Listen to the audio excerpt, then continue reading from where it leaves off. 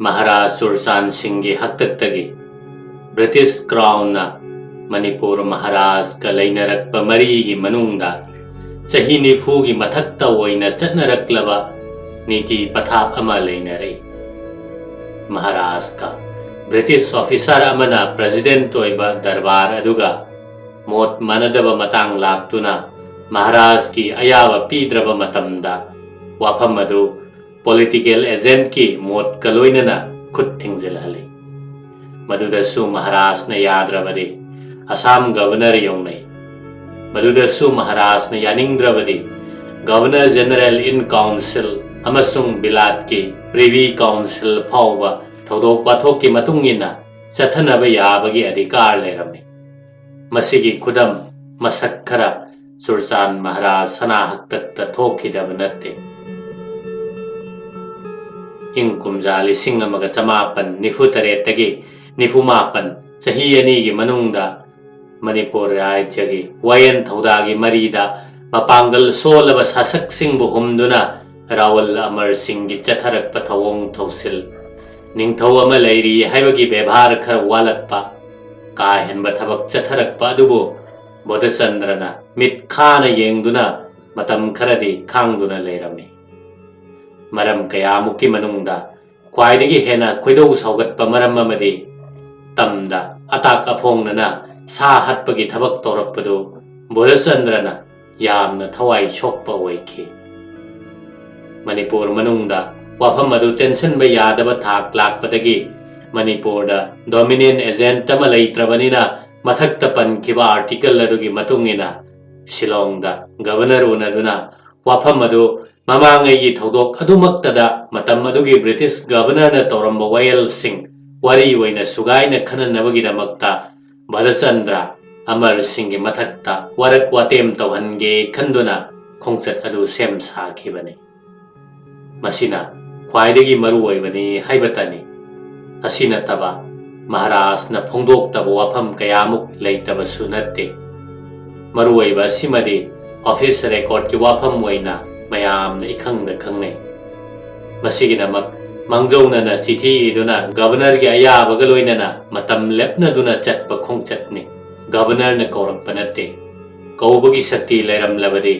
Adviser अमसुंग governor Imphal दा अनिरक अहुमलक लाकपगी अर्थ लेते इंग कुमजा लिसिंग अमगा चमापन निफुमापन गे सेप्टेम्बर 13 नुमित असिदा महाराज बोधचंद्र सिंह शिलोंग की दमक खोंसान गदौरिबने लेपनखिबा मतुंगिना तारीख 13 मथंगी नुमित अदुदा शिलोंग यौगदबने चटकदौरिबना हवा गारीदा चटकदबने तांगदांगबदि हाइबा ngamdre मिसिंगदि महाराज थारगा 15-13 लोम ओइगने हाइरिबसि सेवा लंगबागी मनाई मसन पुजारी न चिंगबा पुमनमक थारगने मरुओइबा मिसक्की मनुंगदा private secretary Gaurhari ADC Anand Mohan सौगाई जमनब Kumar Sanasam लुकोई ब्रजमणि Sharma खरा असिनी खोंसान गदब नुमित असिगी अयुक्तगी चटकदब मियोई पुमनमक मसा मसागी चाब थक्प लोइरदुना पुगदब मपोत मचैग लोइनना संगाई मंगोल अवांग थंगबदा मतम गाइदुना लेनरे अकक्नब मतम खंगहंदबदगिनी हंगलुबसु याब नत्ते महाराज ना जत्रा तौबसी नुमित युंगबा मतमदगी खरा ममांग ओइबा ताई अवांग पांगबदा मिनुथोंग मपा ओइरपना लंजा 3-4 मुक लैना लैना कोइना पाइरी अहल लमन ओइबसिंगना इस हाइदुना अमगा अमगा चिबोन चिबोन वा ngangne हाइना हाइना थिनथबा यादबा मतम ओइसिलकपदगी गारी अहुमदा मही मही तोंखतनदुना महाराज नमांग थारदुना गारी थौदोरक्ले पुंग 14 की मनुंगदा शिलोंग यौदुना मतुंग नुमित तांग 13 गवर्नर उननबा अहिंग तुमदना गारी थौगदौरिबने असोय अंगाम यावदना हाइरिबा नुमित तांग 13 की नुमित युंगबा मतुंग मैरपना शिलोंग यौदुना रेड प्लेन्स की राजबारी दा थोंगनी राजबारी दा थुंगलबा मतुंग नेहाक की मनुंगदा महाराज बोधचंद्र सिंह शिलोंग दा थुंगलरे हाइबा पाव अमा गवर्नर दा थाके ꯃꯁꯤꯒ ꯂꯣꯏꯅꯅ ꯎꯅꯅꯕ ꯅꯨꯃꯤꯠ ꯑꯃꯁꯨꯡ ꯄꯨꯡꯐꯝ ꯈꯪꯍꯟꯕꯤꯔꯛꯅꯕꯁꯨ ꯄꯟꯈꯤ꯫ ꯄꯪꯀꯨꯏ ꯀꯨꯏꯗꯅ ꯄꯥꯎ ꯍꯜꯂꯛꯏ꯫ ꯒꯚꯔꯅꯔ ꯃꯇꯝ ꯑꯗꯨꯗ ꯁꯤꯂꯣꯡꯗ ꯂꯩꯇꯦ꯫ ꯍꯦꯛ ꯍꯜꯂꯛꯄꯗ ꯄꯥꯎ ꯑꯃꯨꯛ ꯄꯤꯔꯛꯈꯤ꯫ ꯀꯗꯥꯏꯗ ꯆꯠꯈꯤꯕꯅꯣ ꯇꯥꯛꯂꯛꯇꯦ꯫ ꯀꯩꯗꯧꯉꯩ ꯂꯥꯛꯀꯗꯕꯅꯣ ꯍꯥꯏꯕꯁꯨ ꯄꯜꯂꯛꯇꯦ꯫ ꯑꯁꯨꯝꯅ ꯇꯧꯅꯤꯡꯉꯥꯏ ꯃꯐꯝ ꯈꯪꯗꯕ ꯃꯑꯣꯡꯗ ꯚꯥꯞ ꯇꯥꯗꯅ ꯃꯊꯪꯒꯤ ꯄꯥꯎ ꯑꯃ ꯉꯥꯏꯕꯒꯤ ꯋꯥꯐꯝꯗ ꯂꯩꯅꯔꯤ꯫ ꯆꯩꯔꯛ ꯑꯁꯤꯗ ꯁꯤꯐꯥꯏꯒꯤ ꯗꯝꯕꯨꯔ ꯑꯅꯤꯈꯛ ꯄ꯭ꯔꯞ ꯄ꯭ꯔꯞ ꯈꯪꯒꯠꯇꯨꯅ ꯃꯈꯣꯏ 15-16 ꯑꯗꯨ ꯔꯥꯖꯕꯥꯔꯤ ꯀꯝꯄꯥꯎꯟꯗ ꯂꯩꯁꯤꯜꯂꯔꯦ꯫ ꯀꯔꯤꯒꯤꯅꯣ ꯍꯪꯉꯤ꯫ ꯃꯍꯥꯔꯥꯖꯀꯤ ꯁꯦꯀ꯭ꯌꯨꯔꯤꯇꯤꯒꯤꯅꯤ ꯈꯨꯝꯃꯩ꯫ ꯃꯃꯥꯡꯉꯩꯗ ꯑꯃꯨꯛꯇ ꯇꯧꯔꯛꯇꯕ ꯃꯑꯣꯡꯅꯤ꯫ ꯑꯗꯨꯒꯤ ꯃꯇꯨꯡꯗ ꯐꯤꯉꯧ ꯉꯥꯛꯇꯅ ꯐꯤꯖꯣꯜ ꯑꯣꯏꯕ CIDꯒꯤ ꯃꯤꯁꯛ ꯀꯌꯥ ꯄꯥꯛ ꯁꯟꯅ ꯔꯦꯗ ꯂꯦꯟꯁꯀꯤ ꯎꯈꯣꯡ ꯋꯥꯈꯣꯡ, ꯆꯤꯡꯆꯦꯞ ꯆꯤꯡꯌꯥ, ꯖꯪꯒꯜ ꯃꯣꯡꯁꯣꯡ ꯃꯐꯝ ꯑꯌꯥꯝꯕꯗ ꯍꯩꯔꯪ ꯇꯨꯔꯪ ꯆꯥꯗꯨꯅ ꯂꯩꯅꯔꯦ꯫ ꯃꯁꯤ ꯎꯕꯗ ꯇꯧꯔꯛꯂꯤꯕ ꯃꯑꯣꯡ ꯑꯗꯨ ꯍꯥꯟꯅ ꯁꯔꯧ ꯁꯤꯟꯅꯕ ꯄ꯭ꯔꯤ ꯄ꯭ꯂꯥꯟ ꯇꯧꯕ ꯃꯑꯣꯡꯅꯤ ꯍꯥꯏꯕ ꯚꯥꯞ ꯈꯔꯗꯤ ꯇꯥꯅꯔꯕꯁꯨ ꯎꯄꯥꯏ ꯂꯩꯔꯣꯏꯗꯕ ꯇꯥꯏꯠ ꯁꯦꯀ꯭ꯌꯨꯔꯤꯇꯤꯒꯤ ꯊꯕꯛ ꯆꯞ ꯆꯥꯅ ꯇꯧꯔꯦ ꯍꯥꯏꯕꯁꯤ ꯈꯪꯗ ꯎꯗꯕ ꯅꯠꯇ꯭ꯔꯦ꯫ ꯁꯦꯞꯇꯦꯝꯕꯔ 18 ꯑꯁꯤꯒꯤ ꯅꯨꯡꯊꯤꯜ ꯄꯨꯡ 4 ꯇꯥꯕ ꯑꯗꯨꯋꯥꯏꯗ ꯒꯚꯔꯅꯔ ꯁ꯭ꯔꯤ ꯄ꯭ꯔꯀꯥꯁꯅ ꯃꯇꯨꯡ ꯅꯨꯃꯤꯠ ꯇꯥꯡ 19ꯗ ꯑꯌꯨꯛ ꯄꯨꯡ 11 ꯇꯥꯕꯗ ꯒꯚꯔꯟꯃꯦꯟꯠ ꯍꯥꯎꯁꯇ ꯎꯅꯅꯕ ꯆꯤꯊꯤ ꯑꯃ ꯃꯍꯥꯔꯥꯖꯇ ꯄꯤꯔꯛꯏ꯫ ꯃꯇꯝ ꯑꯗꯨ ꯐꯥꯎꯕꯗ ꯁ꯭ꯔꯤ ꯄ꯭ꯔꯀꯥꯁꯅ ꯀꯦꯄꯤꯇꯦꯜꯗ ꯂꯩꯔꯝꯗꯕꯒꯤ ꯃꯔꯝ ꯇꯥꯛꯇꯦ꯫ ꯀꯗꯥꯏꯗ ꯆꯠꯂꯨꯕꯅꯣ ꯍꯥꯏꯕꯁꯨ ꯐꯣꯡꯗꯣꯛꯇꯦ꯫ ꯃꯗꯨ ꯄꯨꯝꯅꯃꯛ ꯈꯨꯗꯛꯇ ꯈꯪꯕ ꯉꯝꯗ꯭ꯔꯕꯁꯨ ꯊꯕꯛꯀꯤ ꯊꯧꯁꯤꯜ ꯃꯇꯨꯡ ꯏꯟꯅ ꯀꯥꯏꯅ ꯊꯪꯅ ꯈꯪꯂꯛꯈꯤ꯫ ꯃꯍꯥꯔꯥꯖ ꯕꯣꯙꯆꯟꯗ꯭ꯔꯒꯤ ꯁꯤꯂꯣꯡ ꯈꯣꯡꯆꯠ ꯑꯁꯤ ꯄꯟꯗꯨꯅ ꯂꯩꯔꯤꯕ ꯃꯅꯤꯄꯨꯔꯅ ꯌꯨꯅꯤꯌꯟꯗ ꯃꯔꯖ ꯇꯧꯕꯒꯤ ꯋꯥꯐꯝ ꯅꯝꯗꯨꯅ ꯂꯣꯏꯁꯤꯟꯍꯧꯅꯕꯒꯤ ꯈꯨꯗꯣꯡꯆꯥꯕ ꯂꯧꯍꯧꯅꯕꯒꯤ ꯈꯨꯖꯤꯜ ꯊꯧꯔꯥꯡ ꯑꯃꯒꯤꯗꯃꯛ ꯋꯥ ꯇꯥꯅꯕ ꯗꯤꯜꯂꯤꯗ ꯆꯠꯄ ꯑꯣꯏꯔꯝꯂꯦ꯫ ꯗꯤꯜꯂꯤꯅ ꯃꯔꯝ ꯑꯗꯨꯗ ꯆꯞ ꯆꯥꯅ ꯑꯦꯗꯚꯥꯏꯁ ꯄꯤꯕ ꯉꯝꯗꯕꯗꯒꯤ ꯁ꯭ꯔꯤ ꯄ꯭ꯔꯀꯥꯁꯄꯨ ꯕꯣꯝꯕꯦꯒꯤ ꯕꯤꯔꯂꯥ ꯍꯥꯎꯁꯇ ꯑꯅꯥꯕ ꯂꯥꯌꯦꯡꯗꯨꯅ ꯂꯩꯔꯤꯕ ꯁꯔꯗꯥꯔ ꯄꯇꯦꯜ ꯎꯅꯔꯨꯅꯕ ꯄꯥꯎꯇꯥꯛ ꯃꯇꯨꯡ ꯏꯟꯅ ꯕꯣꯝꯕꯦ ꯇꯥꯅ ꯆꯠꯇꯨꯅ ꯄꯇꯦꯜ ꯎꯅꯔꯨꯕꯅꯤ꯫ ꯃꯅꯤꯄꯨꯔ ꯃꯔꯖ ꯇꯧꯕꯒꯤ ꯃꯔꯤꯗ ꯁꯝꯄꯠꯄ ꯃꯇꯝ ꯑꯗꯨ ꯐꯥꯎꯕꯗ ꯑꯣꯏꯔꯛꯂꯤꯕ ꯁꯝꯄꯠꯄ ꯋꯥꯔꯤ ꯇꯥꯔꯒ ꯇꯦꯜꯂꯕ ꯑꯗꯨꯝꯅꯗꯤ ꯑꯣꯏꯔꯒ ꯑꯔꯊ ꯆꯦꯜꯂꯕ ꯅꯈꯣꯏꯒꯤ ꯑꯁꯥꯝ ꯑꯗꯨꯕꯨ ꯔꯦꯖꯤꯃꯦꯟꯠ ꯑꯃ ꯐꯥꯎꯕ ꯂꯩꯖꯗꯕ꯭ꯔꯥ ꯍꯥꯏꯅ ꯀꯂꯞ ꯇꯧꯕ ꯋꯥꯍꯩ ꯈꯔꯁꯤ ꯇꯥꯕꯗ ꯈꯨꯗꯛꯇ ꯃꯈꯥ ꯇꯥꯕ ꯊꯕꯛ ꯆꯠꯊꯕꯒ ꯂꯣꯏꯅꯅ ꯅꯨꯃꯤꯠ ꯑꯗꯨꯗ ꯁ꯭ꯔꯤ ꯄ꯭ꯔꯀꯥꯁ ꯁꯤꯂꯣꯡꯗ ꯊꯨꯡꯂꯕ ꯑꯣꯏꯔꯝꯂꯦ꯫ ꯊꯕꯛ ꯑꯣꯏꯅ ꯀꯗꯥꯏ ꯐꯥꯎꯕ ꯆꯪꯁꯤꯜꯂꯕꯒꯦ ꯍꯥꯏꯔꯒꯗꯤ ꯆꯞ ꯆꯥꯅ ꯇꯌꯥꯔꯤ ꯇꯧꯕꯒꯤ ꯊꯥꯛ ꯌꯧꯁꯤꯜꯂꯝꯂꯦ꯫ ꯇꯥꯔꯤꯛ 19ꯗ ꯑꯌꯨꯛ ꯄꯨꯡ 11ꯒꯤ ꯒꯚꯔꯅꯔ ꯎꯅꯅꯕ ꯃꯍꯥꯔꯥꯖ ꯕꯣꯙꯆꯟꯗ꯭ꯔ ꯃꯇꯝ ꯆꯥꯅ ꯖꯇ꯭ꯔꯥ ꯇꯧꯔꯦ꯫ ꯃꯍꯥꯔꯥꯖꯅ ꯒꯥꯔꯤ ꯑꯃꯗ ꯑꯗꯨꯒ ꯑꯇꯣꯞꯄ ꯒꯥꯔꯤ ꯑꯃꯗꯅ ꯒꯧꯔꯍꯔꯤ ꯑꯃꯁꯨꯡ ꯑꯅꯟꯗ ꯃꯣꯍꯟ ꯇꯣꯡꯗꯨꯅ ꯆꯠꯂꯤ꯫ ꯒꯚꯔꯅꯔꯒꯤꯗꯁꯨ ꯁ꯭ꯔꯤ ꯄ꯭ꯔꯀꯥꯁ ꯃꯁꯥꯃꯛ, N.K. ꯔꯨꯁꯇꯝꯖꯤ ꯑꯦꯗꯚꯥꯏꯖꯔ ꯑꯃꯁꯨꯡ T.S. ꯀ꯭ꯔꯤꯁꯅꯃꯨꯔꯇꯤ ꯃꯈꯣꯏ ꯑꯍꯨꯝꯗꯅꯤ꯫ ꯃꯈꯣꯏꯒꯤ ꯒꯥꯔꯤ ꯃꯇꯨꯡ ꯏꯟꯗꯨꯅ ꯇꯨꯡꯑꯣꯏꯅꯅ ꯂꯝ 10ꯃꯨꯛ ꯂꯥꯞꯅ CIDꯒꯤ ꯒꯥꯔꯤ ꯑꯃꯅ ꯏꯟꯅꯔꯤ꯫ ꯒꯚꯔꯅꯔ ꯍꯥꯎꯁ ꯒꯦꯠꯇꯒꯤ ꯍꯧꯔꯗꯨꯅ ꯀꯝꯄꯥꯎꯟꯒꯤ ꯃꯅꯨꯡ ꯃꯄꯥꯟ ꯄꯨꯝꯅꯃꯛꯇ ꯇꯥꯏꯠ ꯁꯦꯀ꯭ꯌꯨꯔꯤꯇꯤꯒꯤ ꯍꯨꯏꯁꯤꯌꯔ ꯀꯟꯅ ꯇꯧꯈꯤ꯫ ꯇꯧꯔꯤꯕ ꯃꯇꯧ ꯑꯗꯨ ꯃꯃꯥꯡꯒꯤ ꯈꯣꯡꯆꯠꯁꯤꯡꯗ ꯑꯃꯨꯛꯇ ꯊꯦꯡꯅꯈꯤꯗ꯭ꯔꯕ ꯆꯦꯛꯁꯤꯟ ꯊꯧꯔꯥꯡꯅꯤ꯫ ꯕ꯭ꯔꯤꯇꯤꯁꯀꯤ ꯃꯇꯝꯗꯁꯨ ꯑꯁꯨꯝꯅ ꯊꯧꯔꯥꯡ ꯑꯃꯠꯇ ꯇꯧꯈꯤꯕ ꯎꯅꯈꯤꯗꯦ꯫ ꯁ꯭ꯔꯤ ꯄ꯭ꯔꯀꯥꯁꯅ ꯕꯣꯙꯆꯟꯗ꯭ꯔꯕꯨ ꯇꯔꯥꯝꯅ ꯑꯣꯛꯏ꯫ ꯑꯗꯨꯒ ꯋꯥ ꯉꯥꯡꯅꯒꯗꯧꯔꯤꯕ ꯀꯥ ꯑꯗꯨ ꯇꯥꯅ ꯒꯚꯔꯅꯔꯅ ꯃꯥꯡ ꯊꯥꯔꯒ ꯃꯊꯪꯗ ꯃꯍꯥꯔꯥꯖ, ꯀ꯭ꯔꯤꯁꯅꯃꯨꯔꯇꯤ ꯑꯗꯨꯒ ꯑꯅꯟꯗ ꯃꯣꯍꯟ ꯃꯊꯪ ꯃꯔꯤ ꯑꯁꯤ ꯀꯥ ꯃꯅꯨꯡ ꯇꯥꯅ ꯆꯠꯂꯤ꯫ ꯃꯈꯣꯏꯒꯤ ꯃꯇꯨꯡꯗ ꯂꯝ 2-3 ꯇꯨꯡꯏꯟꯅꯅ ꯒꯧꯔꯍꯔꯤ ꯑꯃꯁꯨꯡ ꯔꯨꯁꯇꯝꯖꯤ ꯈꯝꯔꯥꯡꯅꯅ ꯆꯠꯅ ꯆꯤꯛꯅ ꯋꯥꯔꯤ ꯁꯥꯅꯗꯨꯅ ꯂꯥꯛꯃꯤꯟꯅꯔꯤ꯫ ꯀꯥ ꯑꯗꯨ ꯌꯧꯔꯒ ꯄ꯭ꯔꯀꯥꯁꯅ ꯌꯦꯠꯂꯣꯝꯗ, ꯕꯣꯙꯆꯟꯗ꯭ꯔꯅ ꯃꯥꯒꯤ ꯑꯣꯏ ꯊꯪꯕꯗ, ꯃꯍꯥꯔꯥꯖꯀꯤ ꯑꯣꯏꯗꯅ ꯒꯧꯔꯍꯔꯤꯒꯤ ꯁꯤꯠ, ꯃꯊꯪꯗ ꯑꯅꯟꯗ ꯃꯣꯍꯟꯒꯤ ꯆꯧꯀ꯭ꯔꯤ ꯑꯃ, ꯑꯗꯨꯒ ꯑꯃꯔꯣꯝꯗ ꯁ꯭ꯔꯤ ꯄ꯭ꯔꯀꯥꯁꯀꯤ ꯌꯦꯠꯂꯣꯝꯗꯅ ꯔꯨꯁꯇꯝꯖꯤꯒꯤ ꯆꯧꯀ꯭ꯔꯤ ꯑꯃ, ꯃꯊꯪꯗ ꯀ꯭ꯔꯤꯁꯅꯃꯨꯔꯇꯤꯒꯤ ꯐꯝꯐꯝ, ꯑꯁꯨꯝꯅ ꯁꯤꯠ ꯑꯦꯔꯦꯟꯖꯃꯦꯟꯠ ꯇꯧꯏ꯫ ꯃꯈꯣꯏ ꯃꯔꯤꯗꯤ ꯃꯊꯪ ꯐꯝꯂꯦ꯫ ꯒꯧꯔꯍꯔꯤ ꯑꯃꯁꯨꯡ ꯔꯨꯁꯇꯝꯖꯤ ꯑꯅꯤꯗꯤ ꯊꯪꯅꯕ ꯀꯥ ꯑꯃꯗ ꯔꯨꯁꯇꯝꯖꯤꯅ ꯃꯥꯡ ꯊꯥꯗꯨꯅ ꯆꯪꯃꯤꯟꯅꯈ꯭ꯔꯦ꯫ ngaihaktangdi kaada sangkhriba makhoi anibo ngaiboina tumin tumin phamduna leine Bodhachandra di churup ama chamduna thai maikhuna Sri Prakash ki mamit mayado humjale maikhudo Sri Prakash na makubak na humdoi adudagidi Sri Prakash na Krishna Murti da ingit ama tawbagum okhi mamai phajin masekhaw ama Krishna Murti na puthoraklaga mamai segairaga chena phajillaba sapa tawraba che set ani khak Sri Prakash na set tama Maharaj ta piraga che aduda Maharaj na sign tawbiyo haire Maharaj na ngai hak yengi chena mathang mathang yauriba singdo paraga yengo edisi masi pause haiduna Ananda Mohan na pi matang adu phawada Gaurahari amasung Rustamji ka manungdagi thoraktri Ananda Mohana chegi wafam singdo paraga masidi Sirjutna khudakta hek sign thonbadi phagadaba mande haina Maharaj ta hangale Maharaj na sho hoine aisho madumna khale asumna takpire sairaga sida Gaurahari di phi kamna sauduna thong hangdoktuna hanna muk thong do haijellamlaga magi maphamda lakle Rustamji adusu adum thorakle Gaurahari na hange kari wano kari haribano agreement ki chene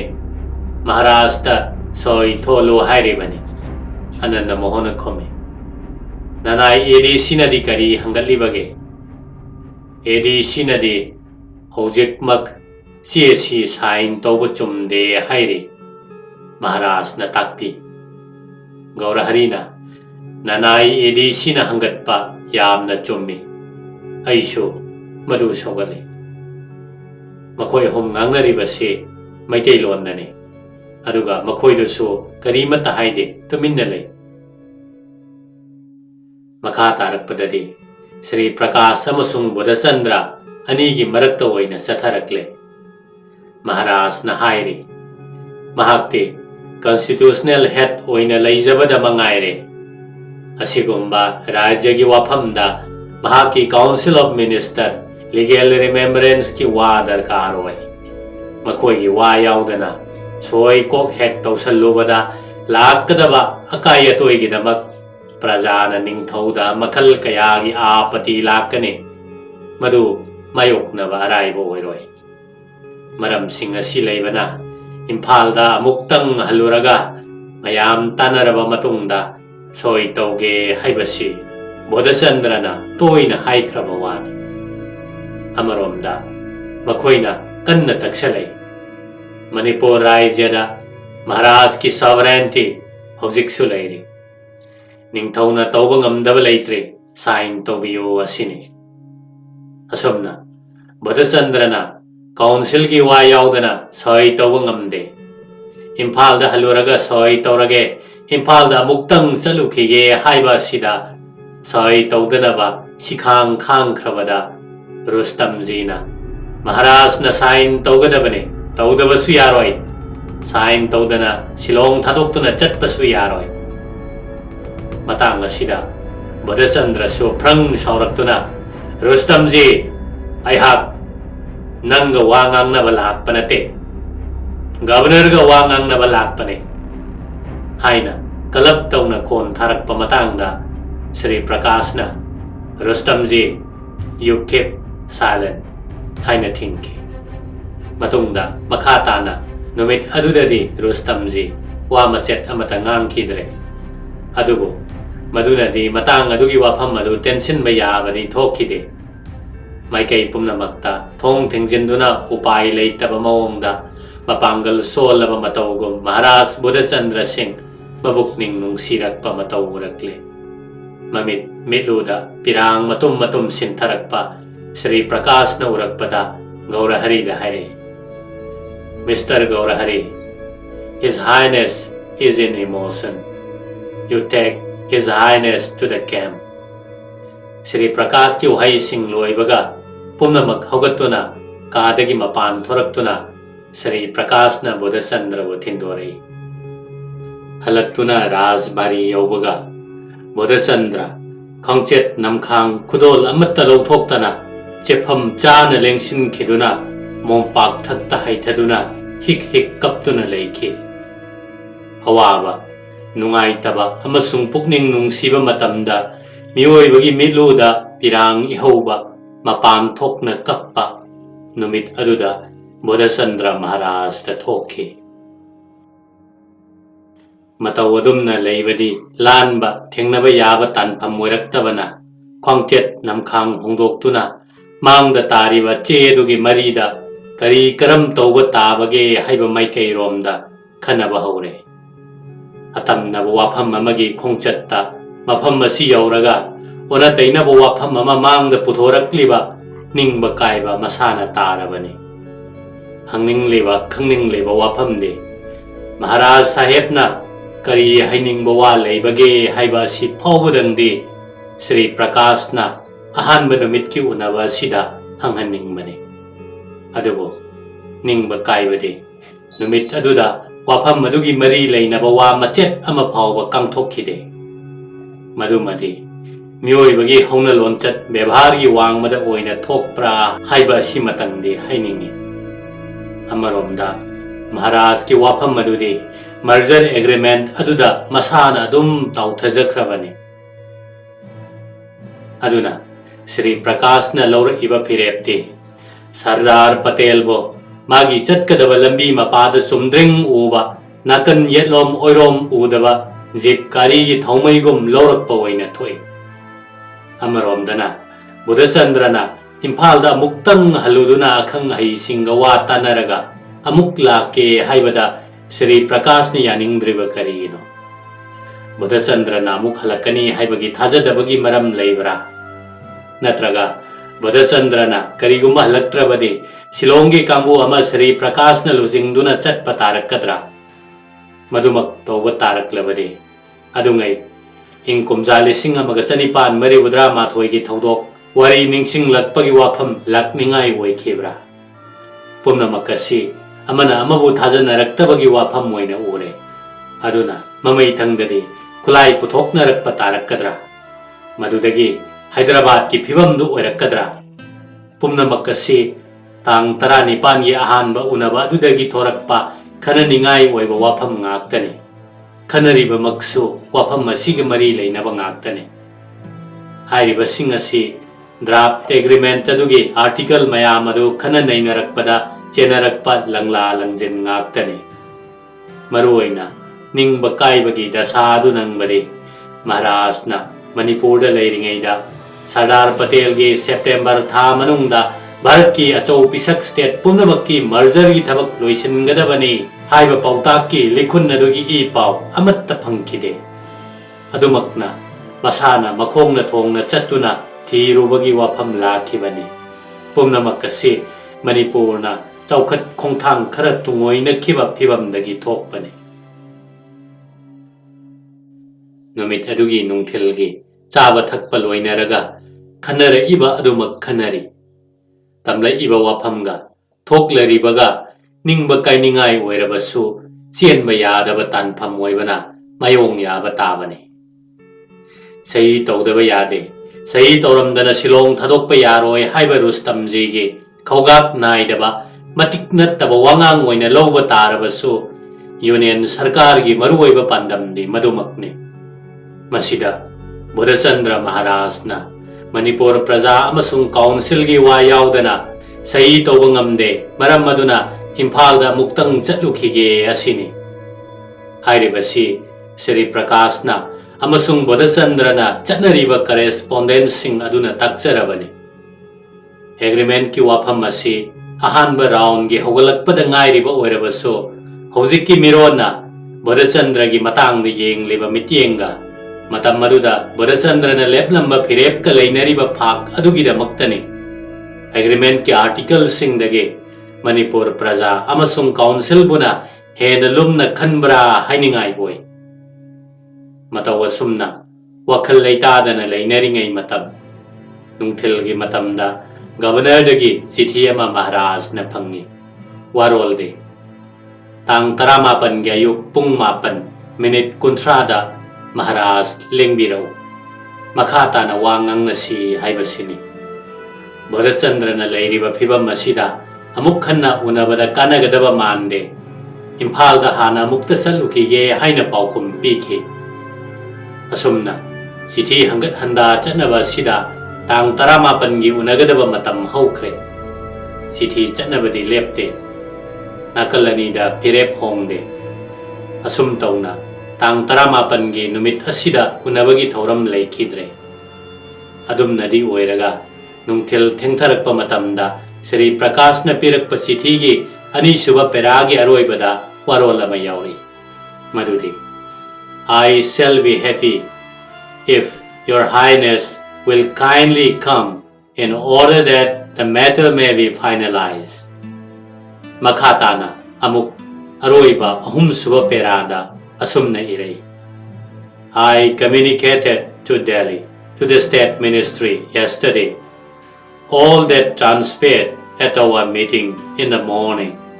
and I have my strict instructions that the negotiations must be completed before your highness leaves Ceylon. Sithigi wata khondadu ura paraga Bodhachandra Maharaj na tanna sithi paukhum ama pikhi. I have cancelled my program of leaving Ceylon today. The matter becomes very serious. Masigi paukhum moina amasung Sri Prakash ki tang 18 gi aroiba sithi oina sanglaba daita pubaga konaba dhamka yauba chithi ama Bodhachandra da thari maduda irei Maharaj na unanaba khudong saba piyo haina haijarakpadagi unanaba thaurang tawbane aduga Maharaj na unararoidabagi koisen chenbadi kadaidagi yagadage unaba ngangnagadaba wafam di manade khenai haibadi Sri Prakash na khalude ningsing mudre pansu palakte magi target tamla iba adu tamakui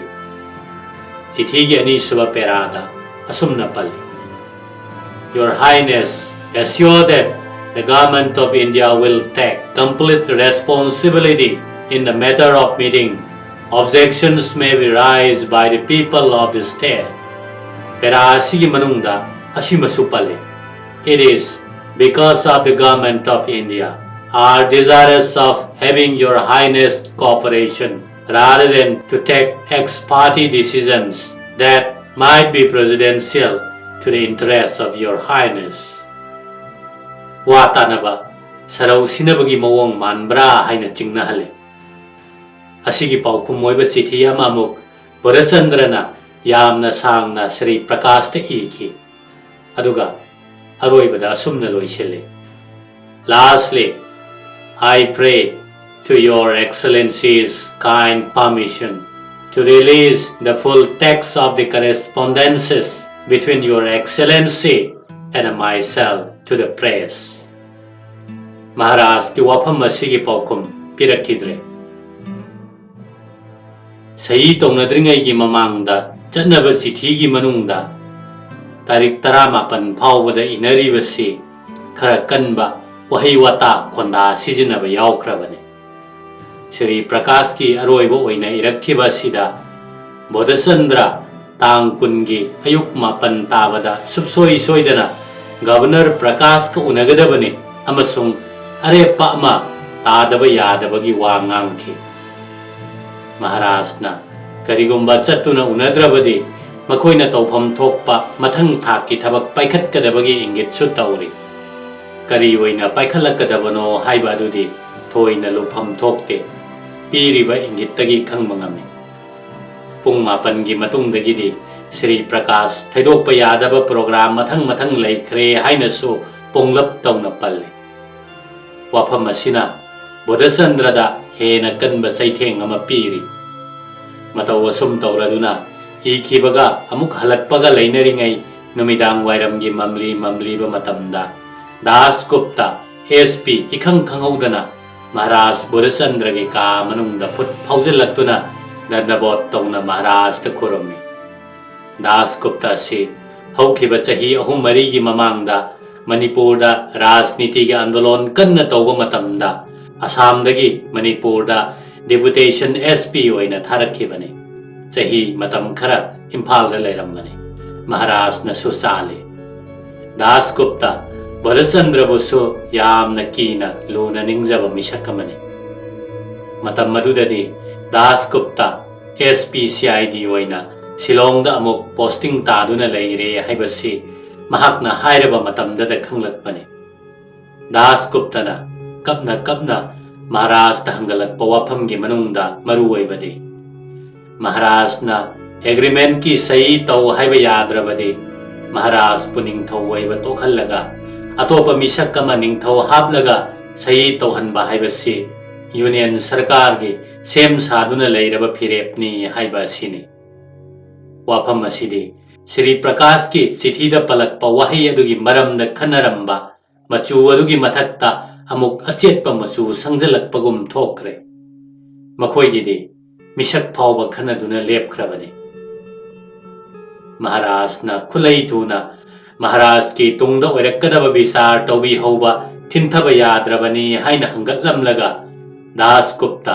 महाराज पु खुरुमलमलगा यामना थुना हनखी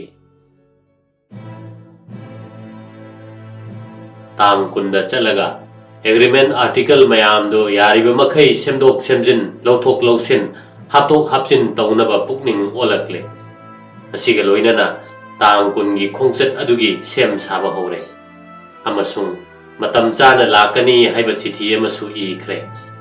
अहिंग तुम्बा हिप्पा मचेत ओइनख्रबा नैनबगी खनबगी मतांगने तांग कुंदा गवर्नमेंट हाउस दा अनिरक सुबो ओइना मुक्चतपसी महाराज सेक्रेटरी अमसुंग एडीसी मखोय अहुमने कैमरामैन याउदे प्रेस रिप्रेजेंटेटिव न चिंगबा यावहंदे टाइट सिक्योरिटी दा थबक तौबने सेमदोक सादोकलबा मखोयगी कॉपीगा यारिबा मखै चासिन्नना सेमदोकपा याबा दरकार ओइबसिंग हापचिल्ले थोइदोकना सर्विस प्रोटेक्शन कस्टम की वाफम असिना चिंगबा सिदा मरु ओइना यंगसिल्ले रेवी पर्स की वादी नियम अमगी मतुंगिना स्टेट की कारिबा रेवेन्यू की मतुंगिना चले मधु पारगदी बुधचंद्रगी चही अमगी लुपा लाख कनी लिसिंग निफुनी पालोम थोकपने अदुबो लाख अहुमदा लेप्पा ताखी हिंगलइबा लिसिंग यांखैनी थोय असि पटेलना श्री प्रकाश की कुसीदा कोमथोकपने बुधचंद्रना मसागिदमक शिलोंगी अमसुंग गुवाहाटीगी मणिपुर राजपारी मसाना लैरिबा कोनुंगी लम पुमनमक मागी ओइगे हाइरबसु करीमत्ता बेरा तौरमोइदबगी वाखल लेरमबने यूनियन की वाखलदा महाराज बुधचंद्रना मधु फावबा करामनि होखिदे असुम तौदुना तांग कुनगी डिस्कशन अदो निंगाई बेरा तौनदना अतेनबा मतमगी मनुंगदा चौराकना लोइसेल्ले टाइप की सरुकता मंगाइरे हाइबा यारे नुमित अदुगी अयुकदो हराव हरावना काइनरकपगा लोइनना राजबारीदा हलक्खी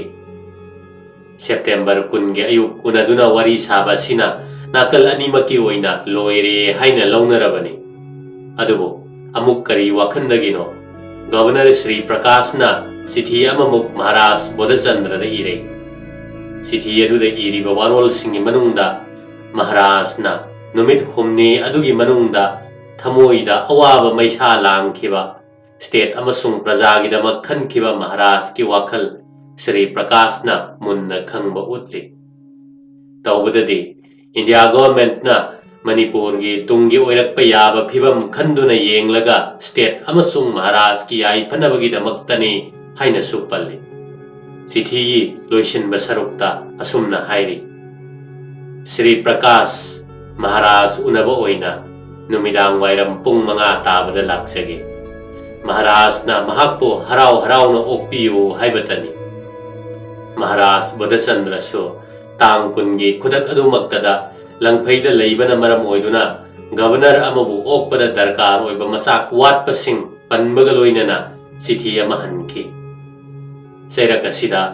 NK रुस्तमजीना अथुबदा चिठी DO नंबर 1578C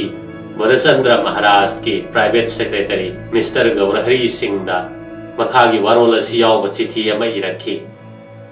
अयुक्ता खनखिबसिंगी मरीदा महाराज साहेब की करी करम मरम लेरबदी मधु सेंगदोकपदा माना ngamba mahaki mateng lorabadi mahak nungaijagani hojiksu matam leiri mahaki office natraga telephone da wari saraba yagani chithi asigi paukhum confidential letter dated September 20 1949 from Mr. Gaurahari Singh to Mr. Rustamji haina iri numit adugi numidang wairam pung manga taba chap chana Governor Sri Prakash Ken Rustamji makhoi gi party misak loinare maming tagi oina lakpadi oiramde akauba sithanan thabak khara leramki Sri Prakash masana su khara puthore Maharaj na su khara adum puthoktuna khana nainakhi maruina article 8 adu amasung custom gi matangda kupna nainaduna hapchinki londa puda khara su onthok onsin tawki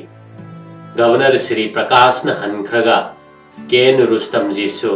yamna meng balonda haukiba numit kharani da Maharaj da makoina tawkiba wangang sangang thogalon kaiba pumnamak ngakpi gani haiba apology gi chithi amasu Maharaj da kalei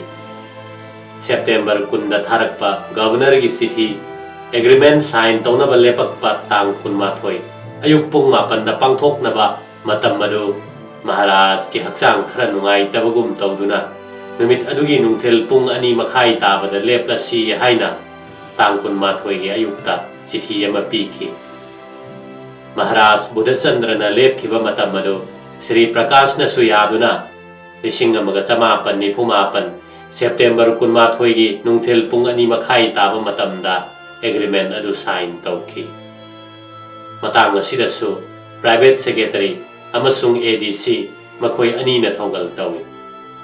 sahi tawba matamda party amagi mihut oiriba Bharat Sarkar gi Ministry of State ki advisor BP Menon masa silong da yaw manatte kona sahi lawani Sri Prakash na sakhi oibani Menon gi sign yawba original copy ama kona Imphal da tharakhibani numit adugi Governor gi bangalo da loisin khibagi thabakti minute manga dagini thunamak bidai tongnaduna Rajbari da halakki sor sang na hondoktuna pothaba madi phangle adubo makha tabadi kap kadra no kadra ashini